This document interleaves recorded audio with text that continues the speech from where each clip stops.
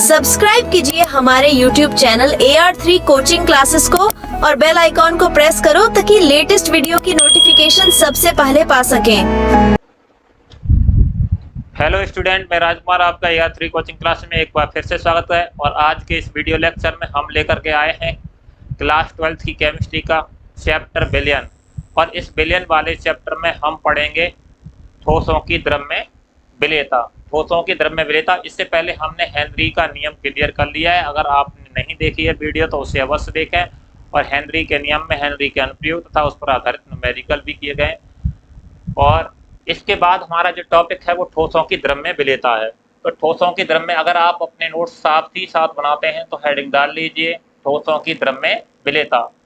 तो ठोसों की द्रव्य विलेयता, तो कोई भी इसमें ठोस पदार्थ, ठीक है, ठोस पदार्थ द्रव पदार्थ में मिलाया जाएगा। तो कैसे मिलाया जाएगा, तो वहां पर क्या देखेंगे, तो फिर डेफिनेशन लिखेंगे। देखो, 100 ग्राम विलायक में उपस्थित ठोस विलेय की ग्राम में अधिकतम मात्रा, किसमें, ग्राम में अधिकतम मात्रा ठोस की द्रव्य विलेयता कहलाती है।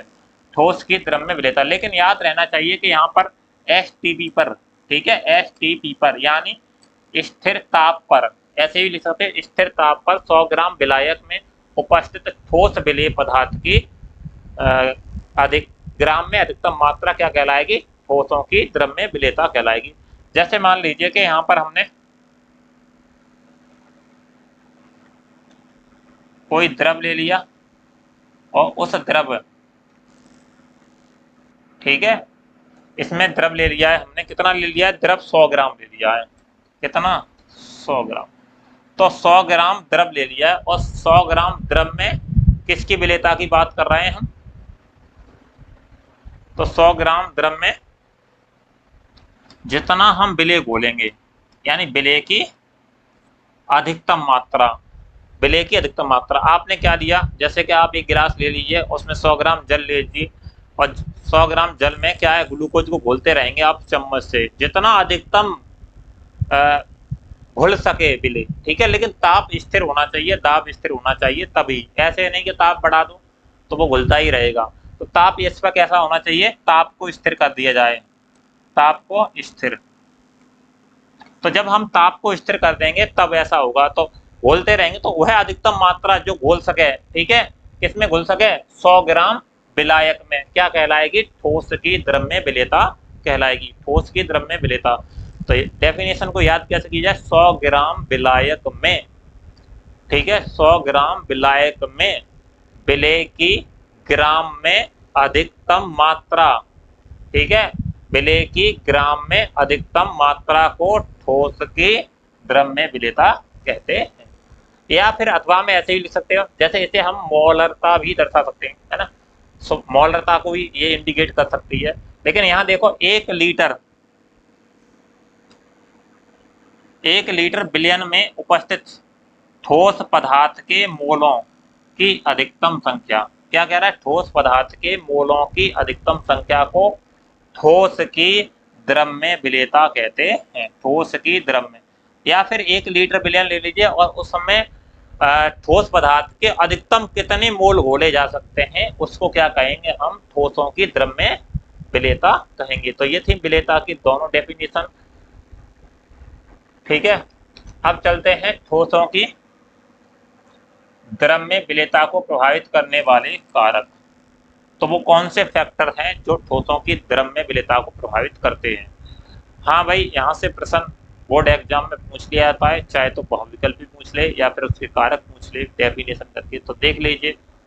तो विलेय एवं विलायक को प्रभावित करने वाले कारक, हेडिंग डाल दीजिए, विलेय अथवा विलायक को प्रभावित करने वाले कारक।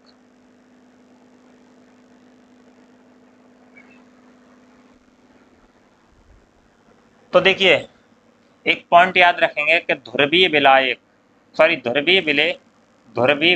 में अधिक घुलनशील होते हैं। क्या कह दी हमने, ध्रुवीय विलायक में अधिक घुलनशील होते हैं। अब जैसे ही हमने यहाँ पर शब्द बोला ध्रुवीय विलेय तथा ध्रुवीय विलायक में अधिक घुलनशील होते हैं, तो आपके दिमाग में आया होगा कि ध्रुवीय विलेय तथा ध्रुवीय विलायक होते क्या हैं। तो इसके बारे में आगे चर्चा करूंगा, यहाँ पर समझिए थोड़ा सा, ठीक है, कि ध्रुवीय आप भी पहचान सकते हैं कि ध्रुवीय विलेय तथा ध्रुवीय विलायक क्या होते हैं। तो देखो जैसे NaCl, यहाँ पर जो समझा रहा हूँ उसको देख लीजिए, उसके बाद आगे थोड़ी सी समझाने की कोशिश करेंगे जिससे तुम उन्हें देख करके बता सकते हो कि ये ध्रुवीय विलेय है या विलायक है। ठीक है, तो जैसे NaCl व KCl जल में अधिक घुलनशील है, तो क्या NaCl ध्रुवीय है और KCl ध्रुवीय है, और जल में अधिक विलेय है, जल मतलब H2O, तो ये जल में क्या है, अधिक घुलनशील है। ऐसा जब ही होगा कि जल भी ध्रुवीय हो। तो हम देखते हैं कि NaCl, तो Na, अगर Na को तोड़ोगे तो Na पे धनावेश और प्लस Cl पे ऋणावेश, या फिर ऐसे समझिए इनके NaCl एक आयनिक कंपाउंड है जिसके मध्य में Na पे धनायन और Cl पे ऋणावेश होता है। तो जिसका एक सिरा कैसा है, धन ध्रुव, और एक सिरा कैसा है, ऋण ध्रुव। अगर इस तरह का कोई कंपाउंड बनता है जिसका एक सिरा धन ध्रुव और दूसरा सिरा ऋण ध्रुव होता है, तो वो यौगिक ध्रुवीय होता है। तो वो यौगिक कैसा होता है, ध्रुवीय होता है।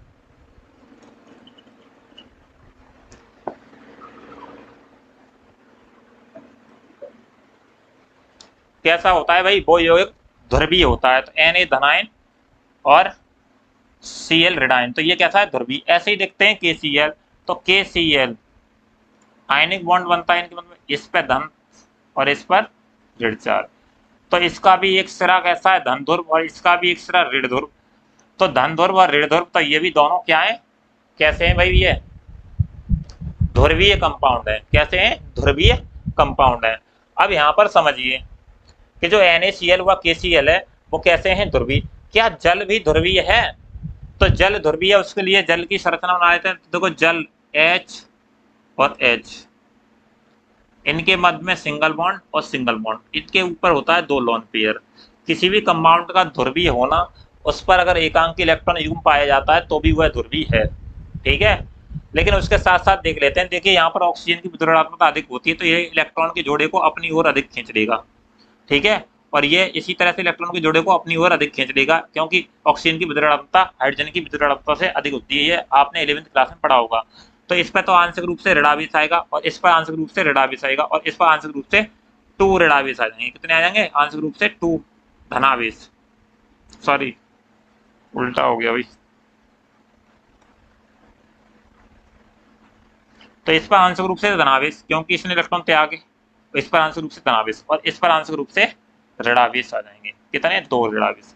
तो 2 ऋणावेश हुए, तो इसका एक सिरा कैसा हुआ भाई, ऋण ऋण ध्रुव, और एक सिरा कैसा हुआ, धन ध्रुव, और एक सिरा ऋण ध्रुव और एक सिरा धन ध्रुव हुआ, तो ये कैसा होगा, ध्रुवीय। तो इसलिए NaCl और KCl जल में अधिक घुलनशील हो जाते हैं। NaCl तथा KCl जल में अधिक घुलनशील है, क्योंकि जल भी क्या है, ध्रुवीय, और KCl भी क्या है, ध्रुवीय। ऐसे ही यहाँ पर पूछ रहा है NaCl व KCl बेंजीन में कम घुलनशील होते हैं। अब बेंजीन में बेटा कम घुलनशील इसलिए होते हैं क्योंकि बेंजीन अध्रुवीय यौगिक है, और अध्रुवीय यौगिक ध्रुवीय यौगिक में नहीं मिलेगा। जैसे देखो कुछ बच्चे शैतान होते हैं, ऊधमी होते हैं, तो उनकी दोस्ती ऊधमी और शैतान बच्चों के साथ ही होती है। लेकिन कुछ बच्चे जो पढ़ने वाले होते हैं उनकी दोस्ती सिर्फ पढ़ने वालों के साथ होती है। तो ऐसे ही यहाँ पर मान लो कि बेंजीन आ गया तुम्हारा कैसा, अध्रुवीय, जो शैतान बच्चा है, और NaCl और KCl अच्छे बच्चे हैं पढ़ने वाले, तो क्या ये अच्छे बच्चे इस शैतान बच्चे के साथ रहेंगे, नहीं।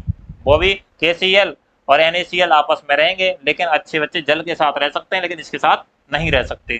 ठीक है, तो ये कैसा है, अध्रुवीय। देखो NCERT में एक लाइन दे रखी है, नोट लाइक डिजॉल्व लाइक, इसका मतलब है समान समान को घोलता है, समान समान को घोलता है, या जैसे को तैसा। ठीक है, जैसे को तैसा, जैसा व्यक्ति होता है वो वैसे ही व्यक्ति में जाके बैठता है। ऐसे ही यहाँ पर जैसा यौगिक होगा वो वैसे में घुलेगा। ठीक है, यानी ध्रुवीय होगा तो ध्रुवीय में घुलेगा, और अध्रुवीय होगा तो अध्रुवीय। तो अतः स्पष्ट होता है कि ध्रुवीय विलायक ध्रुवीय ध्रुवीय विलायक ध्रुवीय विलेय को घोलता है। यहाँ पर विलेय कर लेना, ठीक है।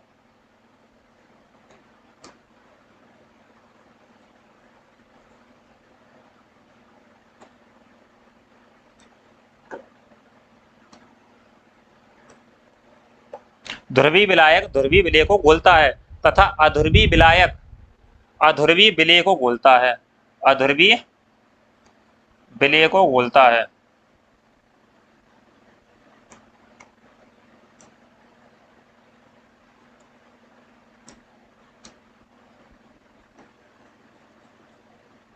अध्रुवीय विलेय को घोलता है। ठीक है, तो अतः क्या स्पष्ट हुआ भाई कि ध्रुवीय विलायक ध्रुवीय विलेय को घोलता है तथा अध्रुवीय विलायक अध्रुवीय विलेय को घोलता है। ये बात समझ में आई? क्या बात समझ में आई? लाइक डिजोल्व लाइक, जैसे को तैसा या समान समान को घोलता है, ये बात याद रखेंगे। अब अगला है नोट करके,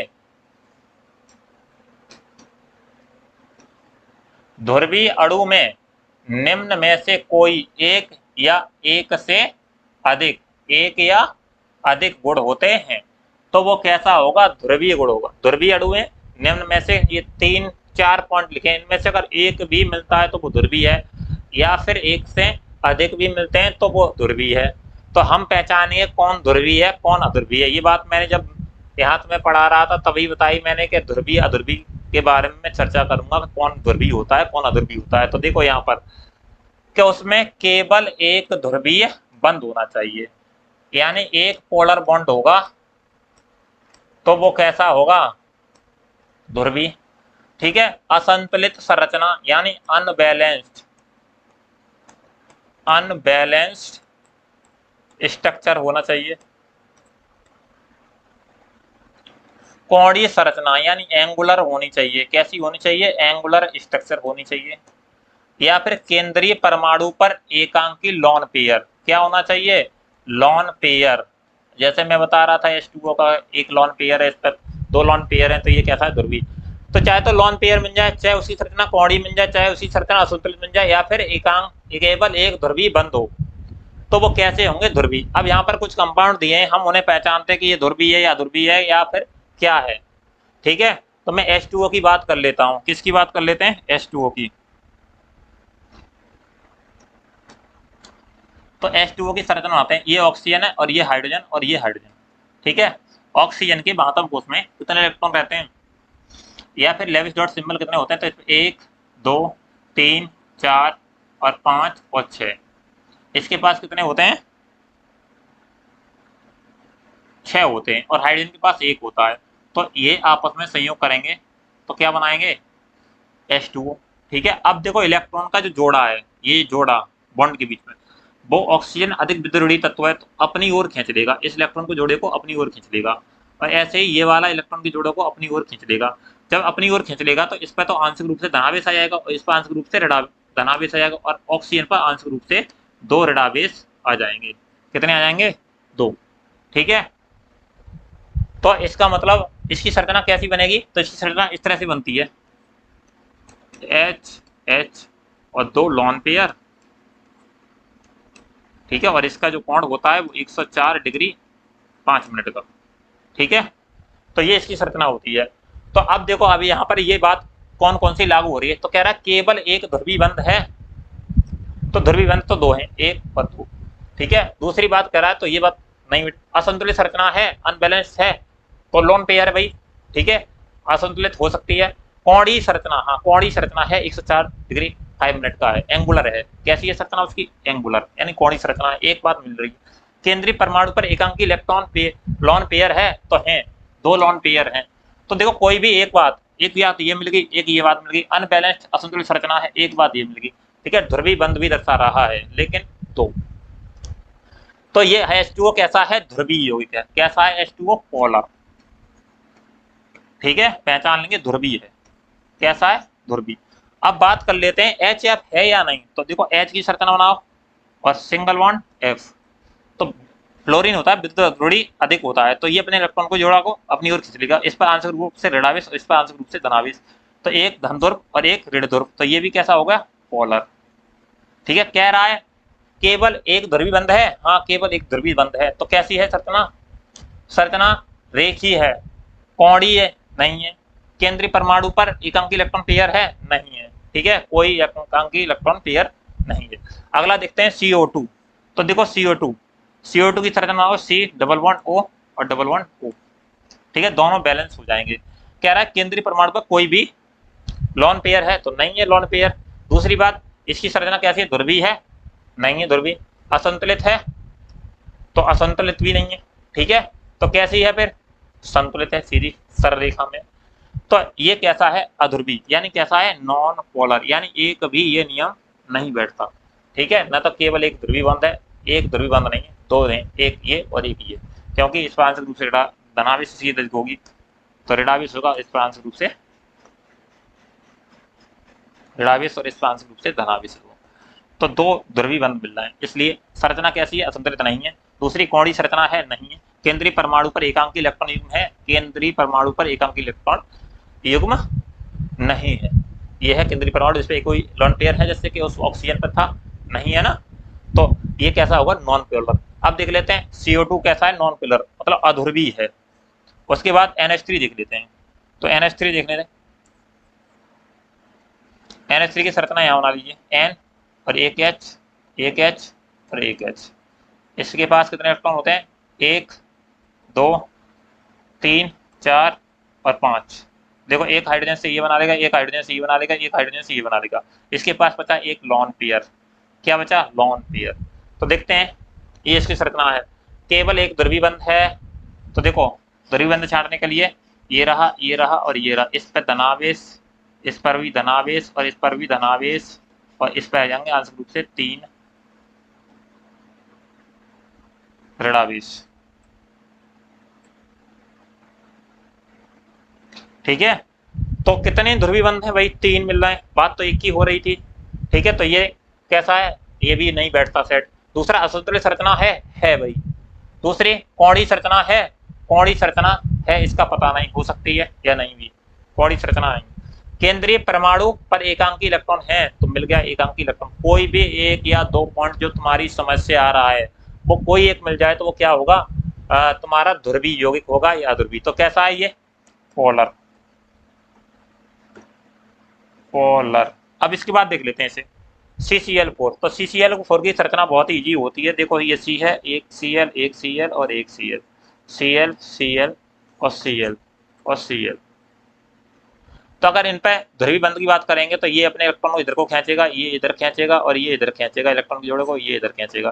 तो ऋणावेश ऋणावेश ऋणावेश और ऋणावेश, और इस पे आ जाएगा धनावेश, कितने, 4 डेल्टा S धनावेश, ठीक है। कितने आएंगे, 4 डेल्टा S धनावेश। तो कितने ध्रुवीय बंध बना, 1 2 3 4, बात तो एक ही हुई थी। लॉन पेयर है, कोई लॉन पेयर नहीं है। असंतुलित संरचनाएं नहीं, भी संतुलित है। कोणीय संरचनाएं नहीं है, ठीक है। केंद्रीय परमाणु पर कोई लॉन पेयर है, कोई नहीं है। तो इस तरह से ये कैसा हो जाएगा तुम्हारा, नॉन पोलर, नॉन पोलर। तो आपकी समझ में आया होगा कि कौन सा कंपाउंड या फिर कौन सा यौगिक कैसा है, ध्रुवीय है अध्रुवीय, जिससे आप पता कर सकते हो कि ये जल ध्रुवीय है तो ध्रुवीय में विलायक होगा, ध्रुवीय विलायक में विलय होगा, और अध्रुवीय होगा तो अध्रुवीय होगा, क्योंकि समान समान को बोलता है। अगला है ताप का प्रभाव। इस बात पर ताप का क्या प्रभाव पड़ेगा, ठीक है। विलेयता यानी ठोसों की द्रव्य में विलेयता पर ताप का क्या प्रभाव पड़ेगा, देख लेते हैं ताप का प्रभाव। ताप बढ़ाने पर ठोसों की विलेयता बढ़ जाती है। अगर ताप बढ़ा दोगे तो ठोसों की विलेयता बढ़ जाएगी। जैसे किन किन की ठोसों की बढ़ेगी, NaNO3, NaCl की, NH4Cl तथा KNO3। इसे बोलते हैं सोडियम नाइट्रेट, सोडियम क्लोराइड और अमोनियम क्लोराइड और पोटेशियम नाइट्रेट। इनकी विलेयता क्यों बढ़ जाएगी, क्योंकि ये आयनित हो जाएंगे, जल में जाएंगे तो ये आयनित हो जाएंगे, और ताप बढ़ाने पर और ये ज्यादा आयनित होंगे। क्या होंगे, ताप बढ़ाने पर ज्यादा आयनित होंगे, क्योंकि ये एक ऊष्मा शोषी अभिक्रिया दर्शाएंगे। कैसी दर्शाएंगे, ऊष्मा शोषी। तो ऊष्मा शोषी अभिक्रिया दर्शाते हैं। परंतु कुछ पदार्थ की ताप बढ़ाने पर विलेयता घट जाती है, ताप बढ़ाने पर विलेयता घट जाती है। क्यों घट जाती है, क्योंकि ये ऊष्मा क्षेपी अभिक्रिया दर्शाते हैं, क्योंकि ये ऊष्मा क्षेपी अभिक्रिया दर्शाते हैं। जैसे देखो CaO मतलब कैल्शियम ऑक्साइड जिसे चूना कहते हैं, और CaCO3 जिसे कैल्शियम कार्बोनेट, ठीक है, कैल्शियम कार्बोनेट खड़िया या संगमर बोलेंगे, ठीक है। अगर इनको आप घोल रहे हैं और घोलने पर ताप बढ़ा देंगे तो विलेयता क्या होगी, घट जाएगी, जल्दी नहीं। जैसे आप कलई चूना लाएं और कलई चूना को आप क्या करें, जल में घोलें, और अगर आप ठंडे जल में उसे घोलते हैं तो वो जल्दी से घुलेगी, और आप गर्म जल में घोलेंगे या ताप बढ़ाएंगे उसमें तो विलेयता घट जाएगी, जल्दी से नहीं घुलेगी। क्यों? क्योंकि यह एक ऊष्मा क्षेपी अभिक्रिया दर्शाते हैं, क्योंकि इनमें ऊष्मा निकलती है। जैसे देखो मैंने यहाँ कलई चूना लिया CaO और प्लस H2O है, ये क्या है H2O, H2O को ही लिख लिया है, देखो H2O लिख लिया है। तो देखो बनाएगा क्या Ca और OH कितना, एक OH ही है और एक OH ही है, तो CaOH का होल ट्वाइस बनाएगा। और जिसमें Q ऊष्मा, मतलब ऊष्मा निकलेगी। क्या निकलेगी? ऊष्मा, हीट निकलती है। आपने कलई को घोला हुआ घर पर तो बहुत तेजी से हीट निकलती है, ठीक है। अगर आप ताप और बढ़ा दोगे तो ऊष्मा और ज्यादा उत्सर्जित होगी, तो वो विलेयता उसकी घट जाती है। ऐसे ही हमने यहाँ लिखा है कि कुछ पदार्थों की विलेयता ताप बढ़ाने पर घट जाती है, तो वो कैल्शियम ऑक्साइड है और कैल्शियम कार्बोनेट है। लेकिन कुछ जो पदार्थ थे या यौगिक थे उनकी विलेयता बढ़ जाती थी, क्योंकि वो जल में आयनित हो जाते थे, और जल में आयनित होते हैं तो वो ऊष्मा को ग्रहण करते हैं। जैसे सोडियम है, नमक, वो क्या करेगा? ऊष्मा को ग्रहण करेगा। क्या करेगा? ऊष्मा को ग्रहण करेगा। जब उसे जल में घोलेंगे तो Na धनायन तथा Cl ऋणायन में टूट जाएगा। Na धनायन तथा Cl ऋणायन में टूट जाएगा, एक प्रकार की अपघटन अपक्रिया की तरह होगा। अपघटन अपक्रिया में क्या होता है कि ऊष्मा ग्रहण कर जाती है, तो ये टूट जाएगा। तो जितनी ऊष्मा ज्यादा देंगे, यानी जितना ताप अधिक बढ़ाओगे आप, तो विलेयता उतनी ही अधिक होगी, विलेयता उतनी ही अधिक होगी। इसके बाद है दाब का प्रभाव, ठीक है। दाब का प्रभाव, इफेक्ट ऑफ प्रेशर। तो दाब परिवर्तन का ठोस पदार्थों की द्रव्य विलेयता पर कोई प्रभाव नहीं पड़ता। क्या कह दिया? दाब परिवर्तन का ठोस पदार्थों की द्रव्य विलेयता पर कोई परिवर्तन नहीं पड़ता। तो आज का वीडियो लेक्चर इतना ही है, ठीक है। नेक्स्ट वीडियो लेक्चर में हम लेकर के आएंगे आपके लिए वाष्प दाब यानी वेपर प्रेशर। तब तक बने रहें और अपने नोट्स बनाते रहें। और ये नोट्स आपके बहुत ही शानदार हैं। देखिए मैं बहुत मेहनत कर रहा हूँ इन नोट्सों को बनाने के लिए, कंटेंट को इकट्ठा किया जाता है। तो आप भी अपने सुंदर सुंदर से नोट्स बनाएं, और कोई भी जिसमें कमी ना हो उसके लिए हम आपके लिए नोट्स कैसे अवेलेबल करा रहे हैं, बिल्कुल प्रिंटेड, ठीक है, जिससे आप अच्छे तरीके से लिख सकें, यानी कोई भी गलती ना हो सके और बोर्ड एग्जाम में बेहतर प्रदर्शन कर सकें। अगर आपने हमारा यूट्यूब चैनल सब्सक्राइब नहीं किया है तो सब्सक्राइब कर लीजिए, और ज़्यादा से ज़्यादा वीडियो को शेयर कीजिए और अपने साथियों को भी बताइए, क्योंकि यहाँ आपको फ्री में बिल्कुल PDF के साथ में कंटेंट मिल रहा है, ठीक है। आपको इस तरह से कोई नहीं पढ़ाता है, क्योंकि ज़्यादातर लोग समझा देते हैं, कंटेंट नहीं देते हैं, ठीक है। या फिर कंटेंट देते हैं तो वो क्रमबद्ध नहीं देते हैं, 2-4 चैप्टरों की वीडियो डालेंगे, उसके बाद में आपसे पेड कोर्स खरीदने के लिए कहेंगे। लेकिन इस चैनल पर आपको पेड कोर्स खरीदने की कोई ज़रूरत नहीं है, पूरा कंटेंट NCERT बेस्ड होगा। तो आप चैनल को सब्सक्राइब कर लीजिए और अपने मित्रों को भी बताइए, जिससे ज़्यादा से ज़्यादा बच्चों को लाभ मिल सके। Thank you for watching full video. मिलते हैं नेक्स्ट लेक्चर में।